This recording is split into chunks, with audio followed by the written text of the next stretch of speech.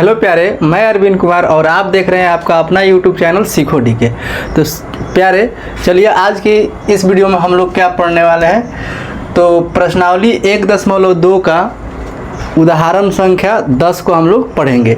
तो यह अध्याय 1 यानी कि वास्तविक संख्या का वीडियो पार्ट 28 है। ठीक है, तो चलिए हम लोग प्रश्न पढ़ लेते हैं। तो देखिए उदाहरण 10 में बोला गया है, दर्शाइए कि 5 - √3 एक अपरिमेय संख्या है। तो देखिए हमने आपसे उदाहरण नंबर 9 में ही बताया था कि कभी आपसे बोला जाएगा कि दर्शाइए या सिद्ध कीजिए या सत्यापित कीजिए या दिखाइए। इन सभी चीज़ों का मतलब क्या है आपको कि इसको सिद्ध करने को कहा जा रहा है। ठीक है, तो इस चीज़ को आप ध्यान रखिएगा। तो देखिए हम लोग इस प्रश्न को कैसे हल करेंगे। इस तरह के सभी प्रश्नों को एक ही तरीके से हम लोग हल करेंगे, बाकी के कुछ नहीं बदलेगा। इसमें बदलेगा केवल क्या बदलेगा, तो केवल और केवल क्या बदल सकता है, रूट की संख्या बदल सकता है, बाकी सब वही रहने वाला है। ठीक है ना, ठीक है। तो देखिए इसमें हम लोग सबसे पहले क्या लिखेंगे, सबसे पहले तो हल लिखेंगे। ठीक है, हल लिखेंगे। हल लिखने के बाद जो संख्या रूट में रहेगी उसको यहाँ पे लिखना है माना की। क्या लिखना है, माना की। माना की रूट में जो संख्या है उसको लिखना है √3। ये रूट में है ना, इसको लिखना है √3 एक अपरिमेय संख्या है। यहाँ पे बोला गया है कि ये पूरी संख्या जो है ना अपरिमेय है, ये सिद्ध करना है। तो हम लोग यहाँ पे रूट वाली संख्या को पकड़ेंगे और लिखेंगे कि माना कि √3 एक परिमेय संख्या है। ठीक है, परिमेय संख्या है।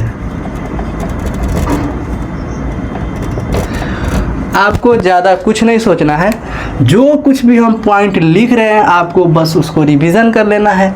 इसमें कुछ भी बदलने वाला नहीं है, सभी पॉइंट्स वही रहेंगे, केवल और केवल रूट की संख्या बदलेगी, बाकी सब वही रहेगा। ठीक है, ठीक है। देखिए पहला स्टेप हो गया, माना कि √3 एक परिमेय संख्या है। अगर √3 एक परिमेय संख्या है तो √3 को हम लोग कह सकते हैं कि P/Q के रूप में लिखा जा सकता है। तो √3 बराबर P/Q हो जाएगा। और यहाँ पे रीज़न डालेंगे कि जहाँ P तथा Q सह अभाज्य पूर्णांक है, सह अभाज्य पूर्णांक है। ठीक है, लेकिन कोई भी संख्या परिमेय कब होती है, Q ≠ 0 भी लिखना होता है ना, यहाँ पे लिखेंगे लेकिन Q ≠ 0। ठीक है, इतना लिखने के बाद आपको इसके बाद का स्टेप लिखना है कि दोनों तरफ वर्ग करने पर,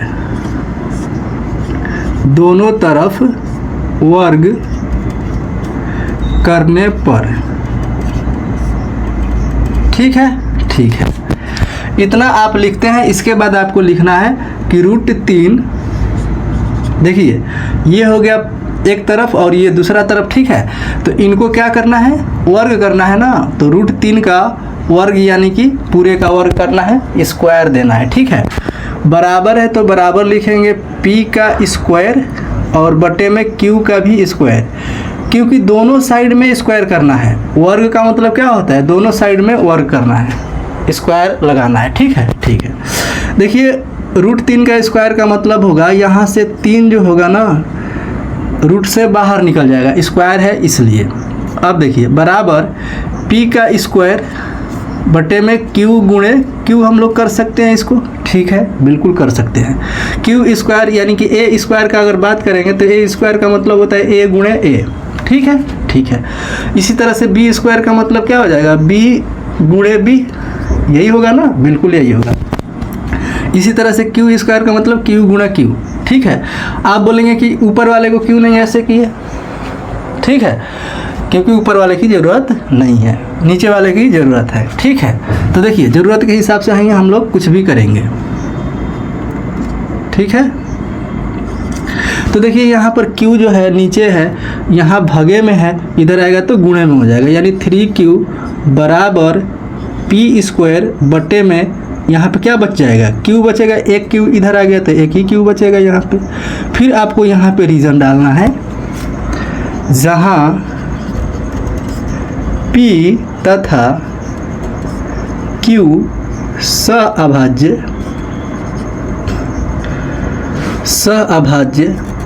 संख्या है। ठीक है, कोई भी संख्या परिमेय होती है तो उसको हम लोग कहते हैं कि दोनों संख्याएं जो होती है ना सअभाज्य संख्या होती है, यानी कि p तथा q क्या है, सअभाज्य संख्या है, या पूर्णांक भी अगर आप कहते हैं तो कोई दिक्कत नहीं है। ठीक है, देखिए इसके बाद क्या करना है, यहाँ तक हो गया क्लियर। इसके बाद आपको इसके बारे में लिखना है और इसके बारे में लिखना है। क्या लिखना है, देखिए चूँकि यहाँ पे लिखना है, चूँकि 3q एक पूर्णांक है लेकिन p स्क्वायर बटे में q एक भिन्न है। ठीक है, तो यहाँ पे लिखेंगे चूँकि हम लोग जानते हैं कि पूर्णांक जो होता है वह भिन्न के बराबर नहीं होता है, तो इसलिए लिखेंगे पूर्णांक डज नॉट इक्वल टू भिन्न। ठीक है, यानी कि पूर्णांक जो होता है भिन्न के बराबर नहीं होता है। देखिए ये पूर्णांक संख्या है, ये भिन्न है। पूर्णांक संख्या और भिन्न कभी आपस में बराबर हो सकता है, तो नहीं हो सकता है। ठीक है, इसलिए यहाँ पे लिखेंगे पूर्णांक नॉट इक्वल टू भिन्न। ये जो बात लिखी गई है ये गलत चीज़ है। ठीक है, तो गलत लिखी गई है, इसलिए हम लोग कहेंगे कि इसलिए √3 एक परिमेय संख्या नहीं है, परिमेय संख्या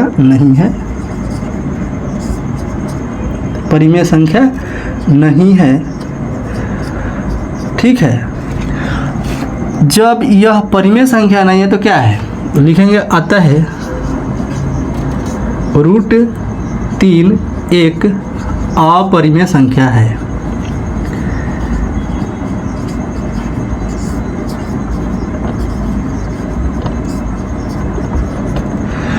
तो आप तो सोच रहे होंगे कि आप √3 को हल कर दिए, सिद्ध कर दिए कि √3 एक अपरिमेय संख्या, आपने 5 को क्यों नहीं कुछ कहा। अब हम लोग 5 के बारे में यहाँ पे आगे लिखेंगे। ठीक है, अब देखेंगे कि यहाँ पे √3 आपको पता चला ना कि √3 कैसी संख्या है, ये अपरिमेय संख्या है। ठीक है, अपरिमेय संख्या है। और यहाँ पे जो 5 है ना, ये 5 कैसी संख्या है, परिमेय संख्या है ना, है। ठीक है, आप ध्यान दीजिएगा, हमने क्या बोला था आपको बेसिक कॉन्सेप्ट में बताया था ना, यानी वीडियो पार्ट जो 27 था उसमें हमने आपको बताया था कि एक परिमेय संख्या और एक अपरिमेय संख्या का अगर आप घटाव करते हैं, यानी कि एक परिमेय और एक अपरिमेय का घटाव करते हैं तो क्या होता है, वो दोनों संख्याएं क्या होती है, अपरिमेय हो जाती है। यानी कि इनका अगर हम 5 माइनस रूट में 3 लिखते हैं, ये घटा हो गया ना, तो ये पूरी संख्या क्या होगी, अपरिमेय होगी। हमने आपको बेसिक कॉन्सेप्ट में बताया था। या इन दोनों संख्या का गुणा भी आप करते हैं, एक परिमेय और एक अपरिमेय संख्या का गुणा भागा जोड़ घटाव अगर आप करते हैं तो वह संख्या जो प्राप्त होगी वो क्या होगी, तो वो संख्याएं अपरिमेय होंगी। ठीक है, तो ठीक है, देखिए इधर अब यहाँ पे लिखेंगे हम लोग रीज़न, चूँकि एक परिमेय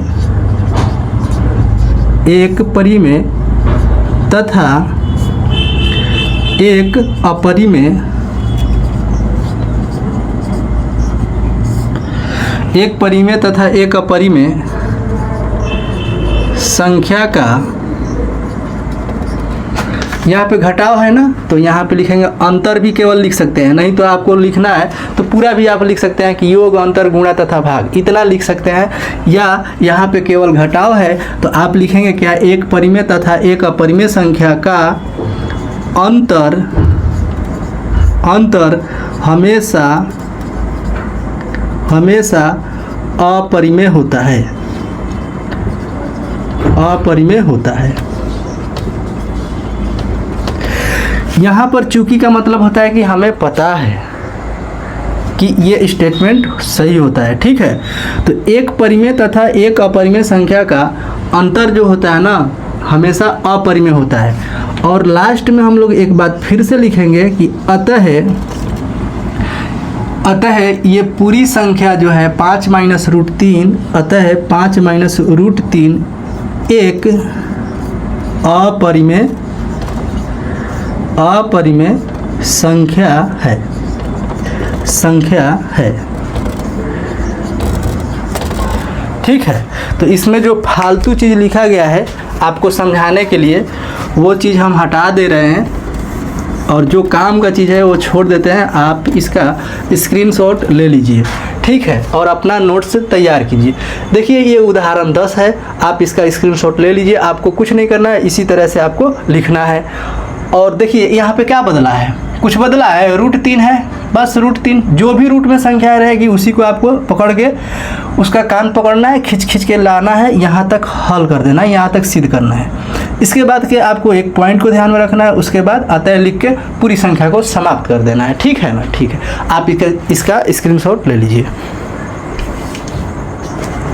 तो चलिए इस वीडियो को हम लोग यहीं पे समाप्त करते हैं, फिर मिलेंगे अगली वीडियो में अगले उदाहरण के साथ। तब तक आप लोग इस चैनल पर नए हैं तो चैनल को सब्सक्राइब कर लीजिएगा और इस वीडियो को अपने दोस्तों में ज़्यादा से ज़्यादा शेयर कीजिएगा।